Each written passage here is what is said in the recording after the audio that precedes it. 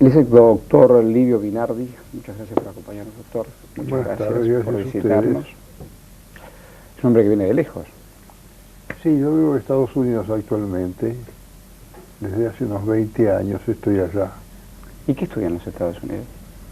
Mis estudios y mi primera parte de actuación lo estuve aquí en Argentina, yo lo hacía acá en Buenos Aires, y a los 50 años, después de terminar de ser 32 años profesor aquí en la Universidad de Buenos Aires, me moví a los Estados Unidos, donde dirigí durante 10 años un programa de medición del potencial bioplásmico para la Universidad Estatal de San Francisco, en California. Después continué actividades y actualmente, en los últimos 10 años o 12 años, me desenvuelvo fundamentalmente entre Europa, Brasil y Argentina, donde viajo frecuentemente. ¿Y qué significa la biopsicoenergética? En una manera bastante simple sería una transdisciplina que estudia tres polos: el ser humano, la naturaleza y el cosmos, entendidos a través del común denominador de la energía que sustenta esos tres polos. O sea, se manifiesta como punto de partida en el ser humano, que es el que tenemos más cerca, y su conexión, interrelación biunívoca con la naturaleza y a su vez con el cosmos. Estos tres polos constituyen la biopsicoenergética, siendo el ser humano el punto de partida y de regreso. Eso ¿Y cómo se intercomunican? Se comunica ya sea a través de todas las formas que constituyen los modos de energía, sensibles, ponderables, comunes y a veces también más sutiles. La energía es un concepto que tiene dos salidas. Científicamente es de la etimología de energes ergon obra, que significa todo activo, y de un punto de vista filosófico más oriental es un cuarto principio universal. Energía es un concepto entonces que es común e interpenetra a todo absolutamente. Y desde el punto de vista de la energía, nada es absolutamente material, ni nada es absolutamente inmaterial. Es una combinación permanente y constante de materia y energía. Energía entonces es materia en estado radiante, o sería la energía en estado sólido, lo más material, y esto es un concepto más bien einsteiniano. Esa es la base de la biopsicoenergética. Doctor, cada uno de estos ejemplos, me imagino que manejará un eje y un centro de energía. ¿Cuáles son? Centros o planos de energía. La física reconoce 5 estados de la materia de energía: sólido, líquido, gas, electromagnético y el quinto, plásmico. El quinto, entiéndase sencillamente, es energía atómica, energía termonuclear, o el 99% en que se da el universo observado a través de la física. Nosotros estamos en un plano un poco de excepción. Digamos que excepcionalmente nuestro planeta no está dentro de esa cantidad, pero no obstante contiene energía plásmica que la producimos artificialmente a través de las explosiones termonucleares. Por ejemplo, digamos, los fenómenos que se tienen a través de la energía liberada, que significan más de 100 millones de grados centígrados. El planeta en general no está a esa temperatura, pero la galaxia en general está en el orden de los 500 millones de grados centígrados. Todavía sabemos demasiado poco de esto y creemos que sabemos demasiado, pero a medida que se aumenta la observación se da cuenta no que los telescopios observan más, sino que el universo se agranda más. Claro. Nosotros apreciamos prácticamente un 600avo del universo. Un 600. Monte Palomar observa un 600. Y ya es mucho. Uno piensa en el equilibrio, pero también piensa en la desarmonía. Estas fuentes de energía, estos centros de energía, ¿cómo se mantienen en armonía? ¿Cómo se establecen en armonía? El equilibrio o armonía es un estado que necesita ser constantemente reformulado en todos los órdenes. Por ejemplo, nuestra misma vida, así como ahora estamos todo acá conversando entre nosotros, contiene en sí una cantidad de agentes que están tendiendo a desorganizarlo y otros a organizarlo. En el caso nuestro, nuestros globos blancos tengo un pequeño ejército acá que está matando ciertas bacterias que si no me llevaron a una enfermedad y a la muerte. Exactamente. Mientras no me dé cuenta, anda bien. Cuando esto se ha hecho ya muy notorio, tendré que ir al médico o tendré que tomar medidas. Bueno, ese es el constante equilibrio entre salud y enfermedad, o entre equilibrio y desequilibrio. En un sentido mucho más universal podríamos hablar de yin y yang, o si no de una tripolaridad pasivo, activo y neutro. Eso ya nos lleva a mezclarnos con principios filosóficos y religiosos. ¿Y cuándo se mezcla todo? Digo, entre la ciencia, la filosofía y la religión. Cuando se mezclan, bueno, cuando se mezclan es cuando existen las interdisciplinas o las transdisciplinas. En realidad, una integración del conocimiento se tiene desde el vamos. A cierto nivel del conocimiento, los saberes son más integrados, son más sintéticos, y a medida que descendemos hacia una línea más inferior, podemos decir que actuamos por degeneración. Entonces nosotros, cuando hablamos de matemática, física, química, arte, música, ciencia, filosofía, etcétera, estética, ética, estamos hablando de partes muy pormenorizadas de un conocimiento sintético o unificado. Se podría decir entonces, si lo miramos desde un punto de vista inductivo de lo particular o general, que estamos integrando, pero desde un punto de vista deductivo de la cúspide hacia la base, estamos en planos más bien por degeneración, no en sentido peyorativo, estamos nosotros minimizando las cosas.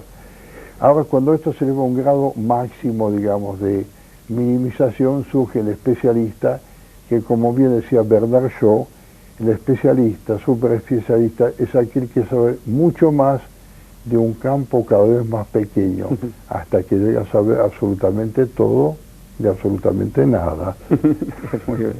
Solo Bernard Shaw podía decir con tanta sutileza, ¿no? El gran humorista, ¿no? Digo, todo tiene un color, la energía tiene un color. La energía sí, todo tiene color. Lo único que realmente no tiene color en mis experiencias personales sería el neo, que es la ausencia de color. Lo demás sí, todo tiene color. ¿Y el aura? El aura también la tiene. ¿Y se puede ver a simple vista? No. No. No. No, porque si no la veríamos todos. Es una... A mí en este mismo espacio de comunicación, alguien acercó una máquina Kirlian, fotografió este instante y ese instante tuvo colores. ¿Qué se lee en ese tipo de máquina? La máquina Kirlian o equipo Kirlian es un equipo muy interesante, inventado por unos matrimonios soviéticos allá por los años 24 al 30, después llevado a Estados Unidos, donde fue sobre todo trabajado por una amiga personal, coincidentemente Thelma Moss. Fue llevado a Brasil, donde fue trabajado por un ingeniero, también por coincidencia amigo, Hernán Guimaraes Andrade. Y cuarto país que se ocupó de esto fue la Argentina a partir del 74, en manos nuestras del instituto que se fundó para estudiar también en parte estas investigaciones. El aparato de Kirlian hace ver en definitiva una parte de las 4 regiones que corresponden al campo bioplásmico, si se querría tomar con este ¿Y cuáles nombre. serían esas 4 regiones? Esas 4 regiones es un tipo de energía, no química, no exactamente física, pero que se detecta de manera indirecta, y por contraste con una fotografía Kirlian o con el cine Kirlian, como se ha hecho últimamente, que yo he tenido oportunidad de ver, en estas condiciones entonces se objetivan ciertas energías que de otra manera no salen comúnmente. Por ejemplo, los acuses de las variaciones de las agujas de acupuntura, los trabajos dinámicos que se pueden ver a través de aparatos y de equipos. Entonces la máquina de Kirlian los llega a evidenciar. Evidentemente la máquina de Kirlian es una cosa muy interesante, o equipo Kirlian, a tal punto que ya se ha tomado universalmente el nombre de Kirliangrafía a este proceso, que después lo perfeccionó en cierto amigo, un distinguido científico rumano no conocido directamente, Jan Florin Dumitrescu, que creó la electronografía. Todo esto marcha adelante, pero En el mundo, digamos, de Estados Unidos y Sudamérica, esto tuvo un auge fuerte hasta los años 70 y algo, casi 80. Ahora es más bien un trabajo de laboratorio, pero no tanto de uso popular.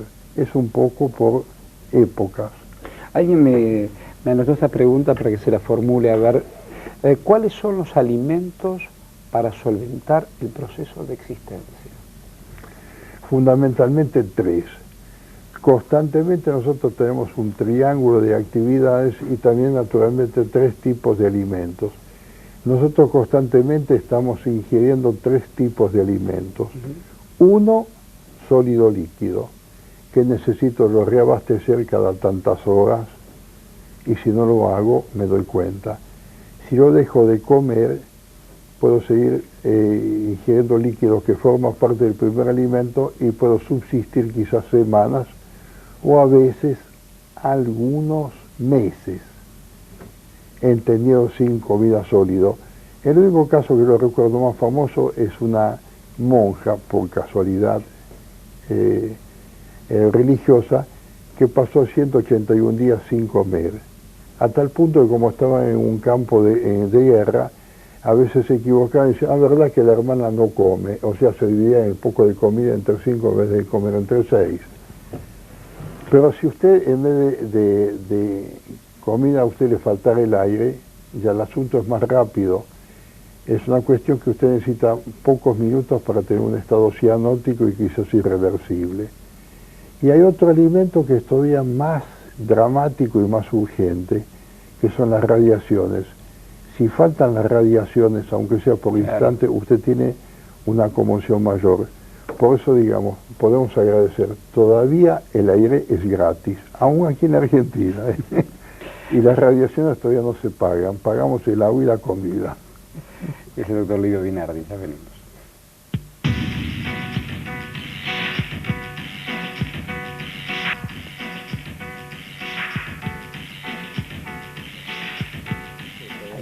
Aquí estamos charlando con el doctor Livio Binardi, que está contando su paso por la Argentina, está contando su vida en los Estados Unidos, sus estudios. Recién nos hablaba de los procesos de existencia, de los alimentos, de qué cosas podemos prescindir, de qué cosas no podemos prescindir. ¿El organismo cómo reacciona frente a estos diferentes estados? Tiene tres tipos de reacciones. Nosotros generalmente en medicina se acostumbra a hablar de un metabolismo, entendiéndose por el alimento hacia un proceso anabólico, catabólico y el metabólico que será la resultante. Pero también hay un segundo tipo de alimento que es la radiación y la calidad del aire que se aspira, claro, que generalmente no se tiene en cuenta. Se mide, claro, con una máquina neumática la capacidad de aire, pero no se mide la calidad del aire. Y menos en cuanto todavía a las radiaciones. Hoy en día se habla un poco así distantemente de calidad de vida, pero no se está muy claro. Y créanme, distinguido señor, es muy simple. Simplemente la calidad de lo que comemos por la boca, de lo que respiramos y de las radiaciones que recibimos. Si yo vivo en un ambiente donde como mal, respiro mal y tengo un ambiente de radiaciones pobre, mi calidad de vida es baja, o si no, lo contrario. Es así de sencillo. Cuando yo hablo de calidad de vida también hablo de morirme pronto. ¿De? Morirme pronto. Yo le gano el tiempo a la muerte. ¿Qué significa calidad de vida? ¿Cantidad de vida o calidad? Calidad. También es indirectamente proporcional o directamente proporcional a la cantidad de vida que me queda. No necesariamente. La calidad depende de la intensidad con que usted realice una cosa o lleve adelante una finalidad. Usted a veces puede vivir muchos años y no llegar a un resultado, y en cambio puede vivir mucho menos casos. Lord Byron, 28 años, y pasa la historia, y muchos millones que han vivido más de 90 y no han hecho nada que aporte algo a la historia, sino solamente como masa. Así que la calidad no es necesariamente un sinónimo de cantidad. Y en esta bioenergía y en esta biopsicoenergía, ¿cómo yo puedo equilibrar? De alguna manera usted hizo algunos apuntes. ¿De qué manera puedo equilibrar todas estas fuerzas que están en derredor mío para tener una mejor calidad de vida? A mi entender, yo logro esto o lo promuevo, lo predico y además lo impulso a través de una triple actividad, una actividad que equilibra el aspecto físico, emocional y mental, básicamente y en todo el mundo.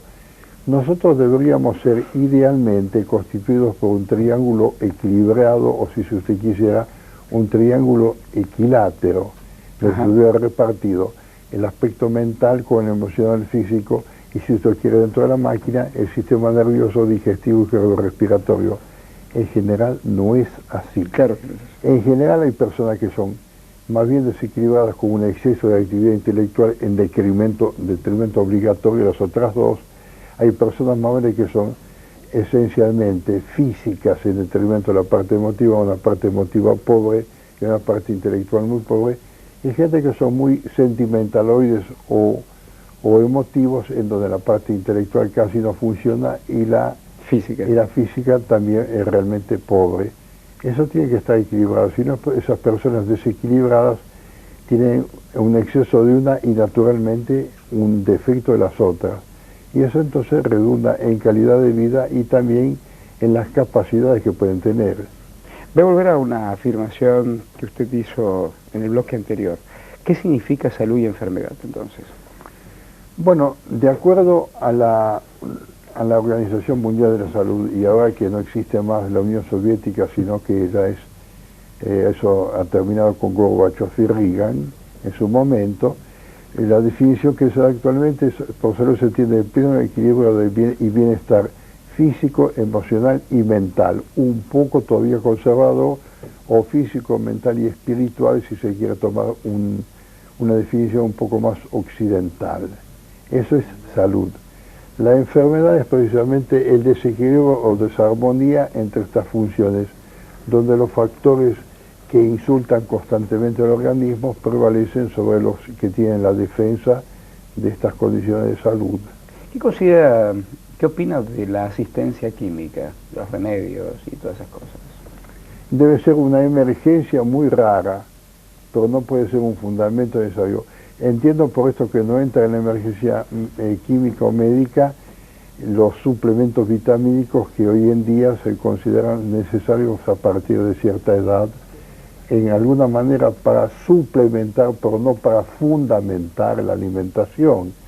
No existe ninguna manera de alimento que pueda ser sintética y que suplante a la alimentación natural. ¿No hay nada que sustituya ni reemplace? Posiblemente. Algunos dicen, bueno, te falta tanta energía, toma esas vitaminas, toma ese suplemento. Sí, pero eso es un alimento alimenticio. Quizás otro le diría, haga esta respiración, quizás otro le diría, haga este tipo de concentración, y quizás otro le diría, haga tal tipo de combinaciones de actitudes.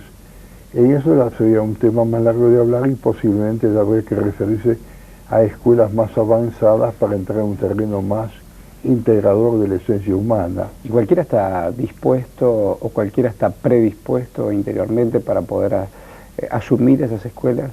No. No. No. Muy pocos. Muy pocos. Eso de poder armonizar las tres disciplinas, claro. Lo primero que habría que hacer es poner en orden o alinear esas tres componentes para balancear las tres variables o parámetros que constituyen nuestra vida común y corriente, y que siempre tenemos las tres en funcionamiento. Como en este momento estoy sentado, estoy a gusto con usted y estoy pensando con lo que estoy hablando. Son tres cosas, no es una. Estoy en tres mundos diferentes. ¿Y en tres energías también diferentes? Claro, sí, sí. Estoy posturalmente sentado, emotivamente a gusto con usted, y estoy pensando en lo que estoy respondiendo. Pero una vez que yo armonizo... ¿Y dónde se metaboliza todo eso? Hay un metabolismo triple, que no es el simple metabolismo biológico, bioquímico, o que recomienda el dietólogo. Claro, sí, porque usted puede estar quizás muy bien balanceado, lo ven a andar por la calle y dice, el señor está gordito, está bien... Claro, está bien, está rozagante. Sí, está rozagante, sí, pero ese señor no tiene vitalidad, no tiene fuerza. ¿Sí? Y entonces uno le pregunta, dígame, ¿qué es vida? No hay definición. ¿Qué es energía?